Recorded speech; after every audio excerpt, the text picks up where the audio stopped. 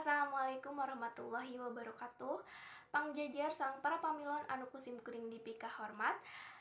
Puji sinareng syukur hayu urang sami-sami panjatkeun ka hadirat Allah Subhanahu wa taala anu parantos maparin urang sadayana nikmat kasehatan sareng kasempetan sehingga urang sadaya tiasa patepung leuwung paamprok jonghok patepang rarai dina ieu kasempatan kalawan dina kawilujengan.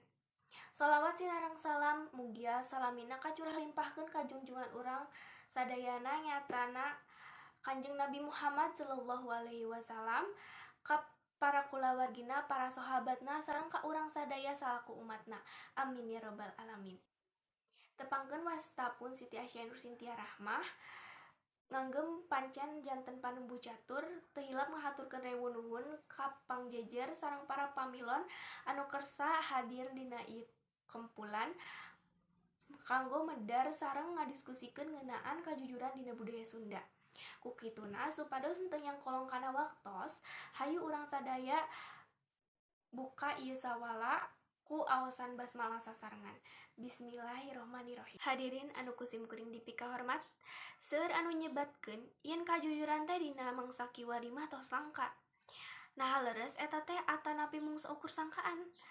Naha dina budaya Sunda aya ajen inajen kajujuran? Sareng kumaha deui carana nuwunkeun ajen inajen kajujuran dina kahirupan sadidinten? Sateacan ninja ka acara salajengna supados teu disaha-saha, sim kuring seja nepangkeun pangjajar anu bade ngadugikeun kamandangana nyaeta Ibu Hajah Yayah Mariana SPD anu asalna ti Cigasong, mantenna mangrupi guru BK ti SMAN hiji Majalengka. Wilujeng enjing Ibu hatur nuhun kana kasumpinganana. Para hadirin supados urang leuwih neuleuman ngeunaan jejer anu bade dibahas ku urang sadaya, hayu urang regepkeun kamandang ti pangjajar. Sumangga ka Ibu Hajah Yayah Mariana SPD kanggo ngadugikeun kamandangna. Hatur nuhun ka Ibu Yayah Mariana SPD anu atos ngadugikeun kamandangana. Hadirin anu kusim kuring dipika hormat, parantos ka kuping ku urang sadayana pedaran anu kalintang munelna ti Ibu Yayah, sim kuring nedawidi seja ngadugikeun kacendekan tina perkawis anu didugikeun ku Ibu Yayah nembe anu tiasa dijantenkeun tatapakan dina ieu sawala. Di antawisna kahiji, kajujuran mangrupi ajen keasayan anu sifatna universal tur langgeng. Aya dina di bangsa ti mangsa ka mangsa, ti bahari dugi ka kiwari. Kajujuran mangrupi bagian kalintang dalitna sareng ajaran agama naon bae.